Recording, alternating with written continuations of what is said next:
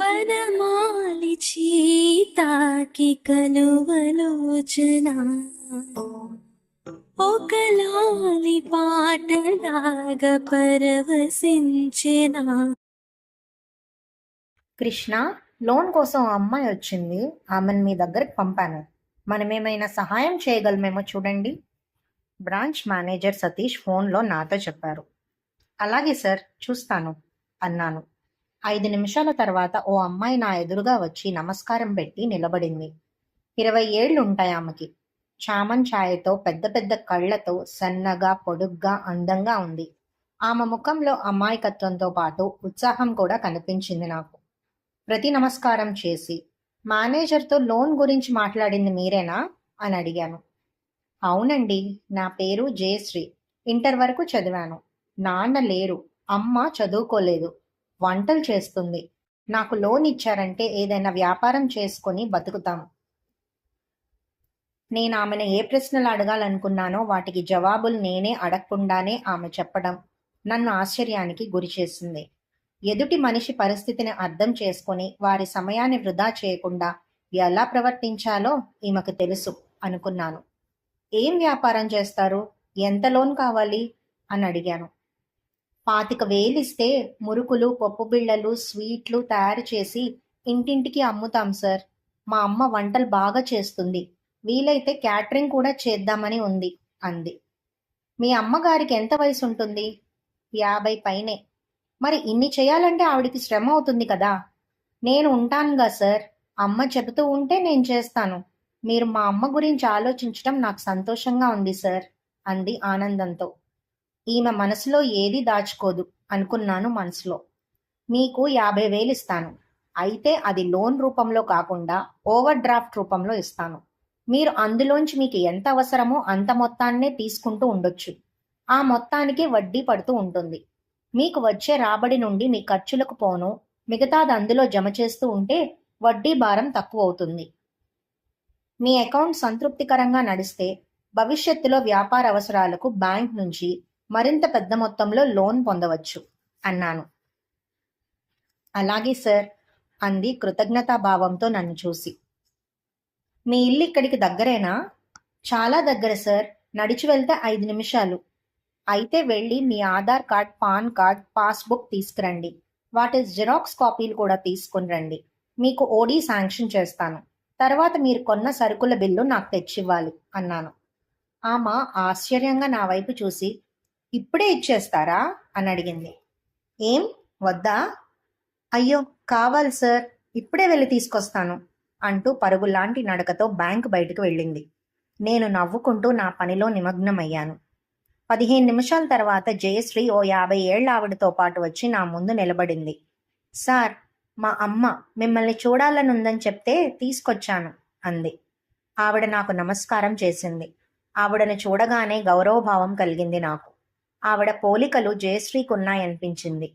నమస్తే అమ్మా, మీరు నాకు నమస్కారం చేయడం ఏమిటి? పెద్దవాళ్ళు మీరు. ఆ పేపర్లు ఇచ్చి కాసేపు కూర్చోండి, పనయ్యాక చెప్తాను అన్నాను. ఇద్దరూ సంతోషంగా వెళ్ళి నా ఎదురుగా ఉన్న బెంచ్ పైన కూర్చున్నారు. సిస్టంలో లోన్ ప్రాసెస్ చేస్తూ మధ్య మధ్యలో జయశ్రీ వైపు చూడసాగాను. జయశ్రీ ఏదో చెబుతుంటే ఆమె తల్లి ఆసక్తిగా వింటోంది. జయశ్రీని అలా చూస్తుంటే మనసులో ఎంతో బాధ కలిగింది నాకు. తండ్రి పోషణలో ఉంటూ హాయిగా ఆడుతూ పాడుతూ చదువుకోవాల్సిన వయసులో ఆ అమ్మాయి చదువు ఆపేసి తల్లితో బాధ్యతలు పంచుకోవాల్సి రావడం విచారకరం అనుకున్నాను. వారి పని పూర్తి చేశాక డబ్బులు ఎలా తీసుకోవాలో చెప్పి పంపాను. 4 రోజుల తర్వాత ఓ ప్యాకెట్ తెచ్చి నాకివ్వబోయింది జయశ్రీ. ఏమిటది? ఆసక్తిగా చూస్తూ అడిగాను. స్వీట్లు. మా వ్యాపారం మొదలు పెట్టగానే ముందు మీకివ్వాలని అనుకున్నాం అంది చిరునవ్వుతో. ఈ అమ్మాయి నవ్వు ఎదుటి మనిషికి ఎంతో ఆహ్లాదాన్నిస్తుంది అనుకున్నాను. Thank you. వీటి ధర ఎంత అని అడిగాను ఆమెని.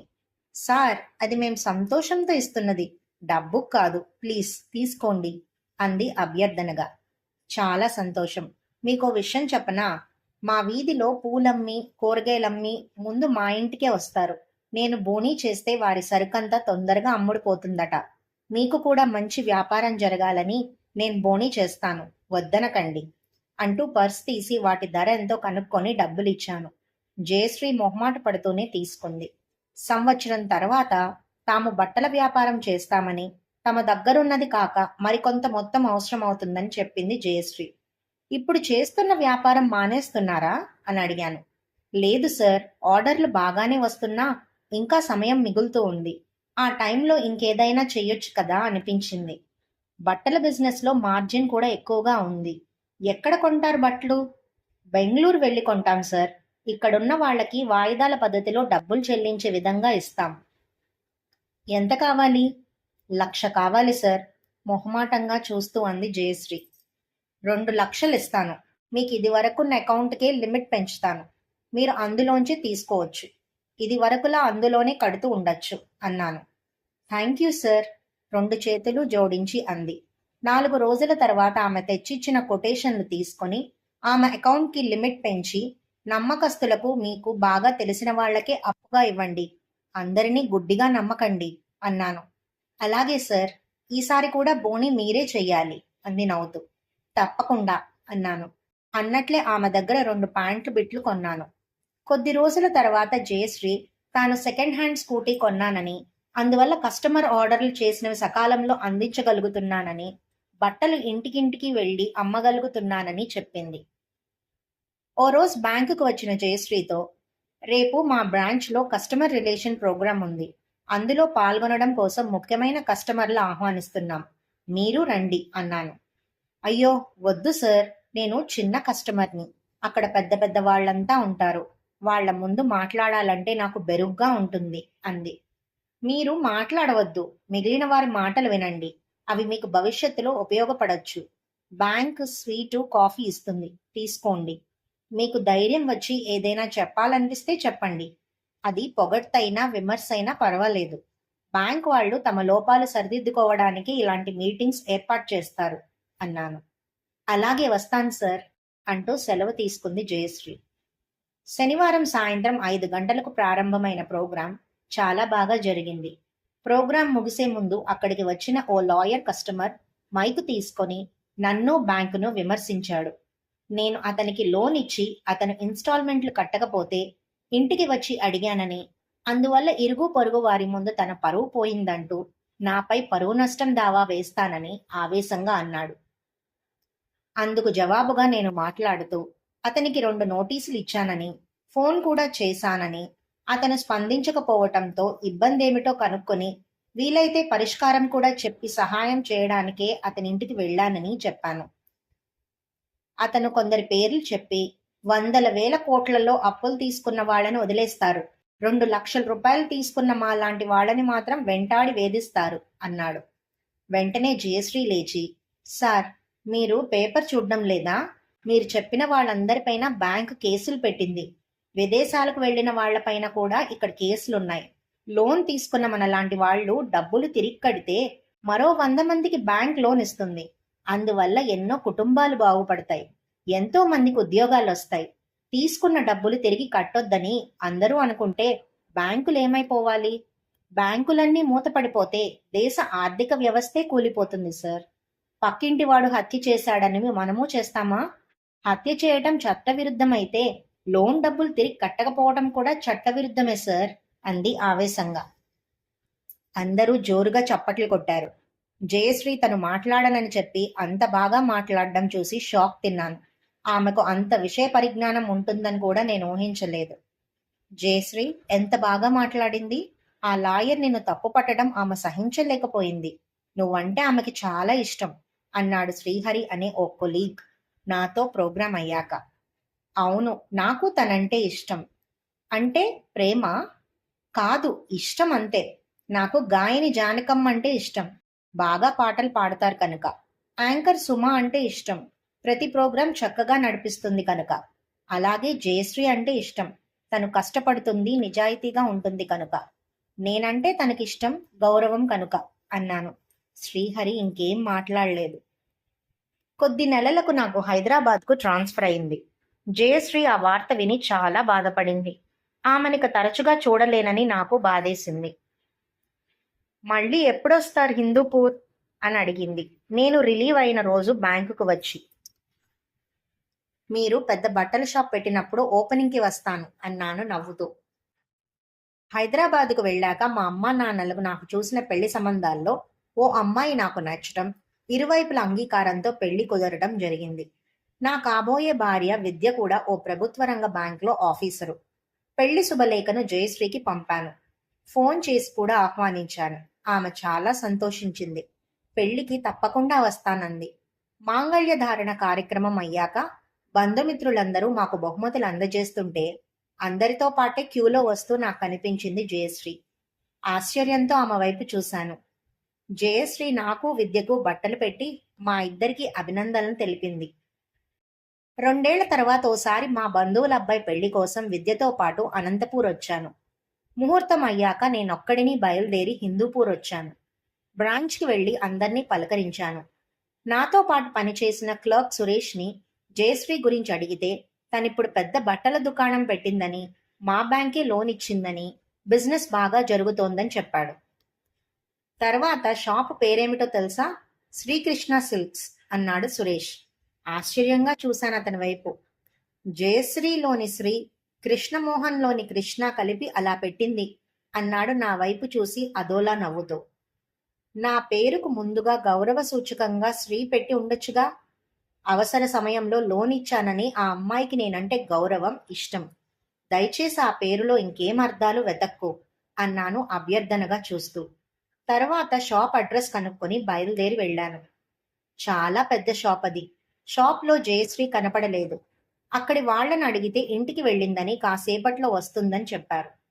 ఓ రెడీమేడ్ షర్ట్ కొని కౌంటర్ దగ్గరికి వచ్చేసరికి జయశ్రీ అక్కడ కూర్చుని ఉంది. ఆమె ముందు 2 కస్టమర్లు డబ్బులు చెల్లించడానికి నిలబడి ఉన్నారు. ఇప్పుడు జయశ్రీ కొద్దిగా లావైంది. ముఖం మరింత కళగా కనిపిస్తోంది. మాస్క్ వేసుకుని తలదించుకొని ఆమె ముందు నిలబడ్డాను. అక్కడ పనిచేసే అమ్మాయి నేను సెలెక్ట్ చేసిన షర్ట్ని జయశ్రీకిస్తే తను బిల్ తయారు చేసి నాకిచ్చింది. నేను డబ్బులిస్తే తీసుకుని చిల్లరిస్తూ నా వైపు చూసింది. అప్పుడు నేను మాస్క్ తీసి ఆమె వైపు చూస్తూ నిలబడి ఉన్నాను. ఆమె ముఖంలో ఆశ్చర్యం, ఆనందం, ఎగ్జైట్మెంట్. సార్, మీరా? అయ్యో, నేనెలా మిమ్మల్ని చూడలేదు. సారీ సార్ అంటూ కౌంటర్కి కొద్ది దూరంలో ఉన్న సోఫా దగ్గరికి నన్ను పిలుచుకెళ్ళింది. నేను కూర్చున్నాక కాఫీ తెమ్మని ఓ అమ్మాయిని పురమాయించింది. కాసేపు కౌంటర్ చూసుకోమని మరో అమ్మాయికి చెప్పింది. ఎలా ఉన్నారు సార్? విద్యా మేడం ఎలా ఉన్నారు? పిల్లలా అని నన్ను అడిగింది. అందరూ బాగున్నారు. ఓ బాబు అన్నాను. Congrats sir. ఈ షాప్ మీ చేత ఓపెన్ చేయించాలనుకున్నాను. కాల్ చేస్తే మీరు రిసీవ్ చేసుకోలేదు నిరాశగా అంది. అవును, నేనేదో ఇబ్బందుల్లో ఉండి రిసీవ్ చేసుకోలేదు. సారీ. పర్వాలేదు. ఇప్పుడు ఏ బ్రాంచ్లో ఉన్నారు సార్? ఎక్కడా లేను, ఇంట్లో ఉన్నాను నిర్లిప్తంగా అన్నాను. ఏమైంది సార్? ఆందోళనగా అడిగింది. ఈ ఊర్లో మధు గ్రానైట్స్కు నేను ఫీల్డ్ ఆఫీసర్గా ఉన్నప్పుడు 25 లక్షల లోన్ ఇచ్చాను. నేనున్నంత వరకు ఆ సంస్థ యజమాని దివాకర్ లోన్ డబ్బులు టంచన్గా కట్టేవాడు. నేను వెళ్ళిపోయాక నా తర్వాత వచ్చిన వాళ్ళు ఫాలో అప్ చేయలేదు. ఫలితంగా లోన్ ఫెయిల్ అయింది. దివాకర్ మనిషి మంచివాడే కానీ అవగాహన లేకుండా చాలా చోట్ల ఇన్వెస్ట్మెంట్లు చేసి నష్టపోయాడు. లోన్ శాంక్షన్ చేసినప్పుడు నాతో పాటు మేనేజరు, ఇంకో ఫీల్డ్ ఆఫీసరు సంతకం చేయాలి కానీ వాళ్ళు చేయలేదు. ఎందుకు చేయలేదో నాకు తెలియదు. నేను చూసుకోలేదు. నా ఒక్కడి సంతకమే ఉండటం వలన నేను అతని నుంచి వ్యక్తిగతంగా లాభం పొంది అతనికి లోన్ ఇచ్చినట్లు బ్యాంక్ వారికి అనిపించింది. అందువల్ల నన్ను సస్పెండ్ చేశారు. చివరి మాట అంటున్నప్పుడు నా కళ్ళల్లో నీళ్లు తిరిగింది. అయ్యో, మిమ్మల్నా అంటూ ఆశ్చర్యంతో, బాధతో చూసింది. తర్వాత, సార్ బాధపడకండి, క్రమశిక్షణకు మారుపేరు మీరు. మీ నిజాయితీని బ్యాంక్ తప్పకుండా గుర్తిస్తుంది అంది ఓదార్పుగా. ఇద్దరము కాఫీ తాగిన తర్వాత ఆ డబ్బు మీరు కట్టేస్తే మిమ్మల్ని తిరిగి ఉద్యోగంలోకి తీసుకుంటారు కదా సార్ అని అడిగింది. 25 లక్షలు కట్టేంత స్తోమత నాకు లేదు జయశ్రీ. పైగా నేను కడితే తప్పు ఒప్పుకున్నట్లు అవుతుంది. కడితే దివాకరే కట్టాలి. మీరు దీని గురించి బాధపడకండి. బ్యాంక్లో ఇలాంటివి జరుగుతూ ఉంటాయి. భగవంతుడు ఆ దివాకర్ చేత డబ్బు కట్టిస్తాడేమో చూద్దాం అంటూ నవ్వి లేచి నిలబడ్డాను. తప్పకుండా, నాకు ఆ నమ్మకం ఉంది సార్ అంటూ షాప్ బయట వరకు వచ్చి నన్ను సాగనంపింది జయశ్రీ. 6 నెలల తర్వాత బ్యాంక్ హెడ్ ఆఫీస్ నుంచి నాకు పిలుపొచ్చింది. మధు గ్రానైట్స్ వాళ్ళు డబ్బులు కట్టేశారని చెప్పి. ఇంతవరకు బ్యాంక్ విధి నిర్వహణలో నేను చూపిన అంకిత భావము, బ్రాంచ్ బిజినెస్ అభివృద్ధిలో నేను సాధించిన ఘనతలు, ఉన్నత అధికారుల ప్రశంసలు పరిగణంలోకి తీసుకుంటూ ఇది మొదటి చివరి తప్పుగా భావిస్తూ ఇకపై వృత్తి నిర్వహణలో నిర్లక్ష్యంగా వ్యవహరించవద్దని హెచ్చరిస్తూ సిటీలోని ఓ బ్రాంచ్కి నాకు పోస్టింగ్ ఇచ్చారు. ఈ శుభవార్త ముందుగా విద్యతో పంచుకొని తర్వాత జయశ్రీకి కాల్ చేసి చెప్పాను. నేను ఊహించినట్లే ఆమె చాలా ఆనందించింది.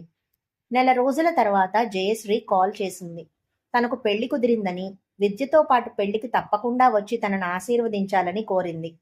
పెళ్లి కొడుకు గురించి అడిగితే అతనిది హిందూపూరేనని, ఫ్రూట్ క్యానింగ్ ఫ్యాక్టరీల్లో కొన్ని ఉన్నాయని, ఇద్దరూ ఒకరినొకరు నచ్చి వివాహం చేసుకుంటున్నామని చెప్పింది. జయశ్రీ వివాహానికి విద్యతో పాటు వెళ్ళాను. మమ్మల్ని చూడగానే జయశ్రీ ముఖం ఆనందంతో వెలిగిపోయింది. గిఫ్ట్ అందజేస్తున్నప్పుడు భర్తని మాకు పరిచయం చేసింది. ఈడు జోడు బాగున్నారని ఆ జంటని అభినందించాను. ఆమె వైవాహిక జీవితం ఆనందంగా గడవాలని ఆశీర్వదించాను. జయశ్రీ తల్లిగారిని కలిసి ప్రత్యేకంగా అభినందించాను. ఇదంతా మీ చలవే సార్, అంది ఆవిడ చేతులు జోడించి. పెళ్లి అత్యంత వైభవంగా జరిగింది. జయశ్రీ మొదటిసారిగా చిన్న లోన్ కోసం నా ఎదురుగా వచ్చి నిలబడిన దృశ్యం నా కళ్ల ముందు మెదిలింది. కృషితో నాస్తి దుర్భిక్షం అని పెద్దలు ఊరికే అనలేదు మరి అనుకున్నాను. భోజనాలయ్యాక స్టేజ్కి కొద్ది దూరంలో మా కొలీగ్స్ కనపడితే నేను దగ్గరికి వెళ్లి వారిని పలకరించాను. వారి మధ్య సురేష్ కనిపించాడు. పెళ్లి కొడుకు కిరణ్ కూడా మన కస్టమరేనా అని అడిగాను అతన్ని. కాదు, అయితే అతని ఈ మధ్య మధు గ్రానైట్స్ ఫ్యాక్టరీని కొని మన బ్యాంక్ బాకీలన్నీ తీర్చేశాడు. అతను ఎందుకు కొన్నాడో, ఎందుకు తీర్చేశాడో నీకు అర్థమైందనుకుంటాను అన్నాడు ఓరకంట నన్ను చూసి నవ్వుతూ. నాకు అర్థమైంది. అయితే నాకు నవ్వు రాలేదు, కళ్ళెమ్మట నీళ్లొచ్చాయి. నా కన్నీళ్లు దాచుకోవడానికి పక్కకు వెళ్లి స్టేజ్ వైపు చూశాను. స్టేజ్ పైన ఎవరితోనో మాట్లాడుతున్న జయశ్రీ నన్ను చూసి స్టేజ్ దిగి నా దగ్గరికి వచ్చి, సార్ భోజనం చేశారా అని అడిగింది. నాకు మాటలు రాలేదు. కళ్ళ నిండా నీళ్లతో 2 చేతులు జోడించి ఆమెకు నమస్కరించాను. ఈ కథ ఇక్కడితో సమాప్తం.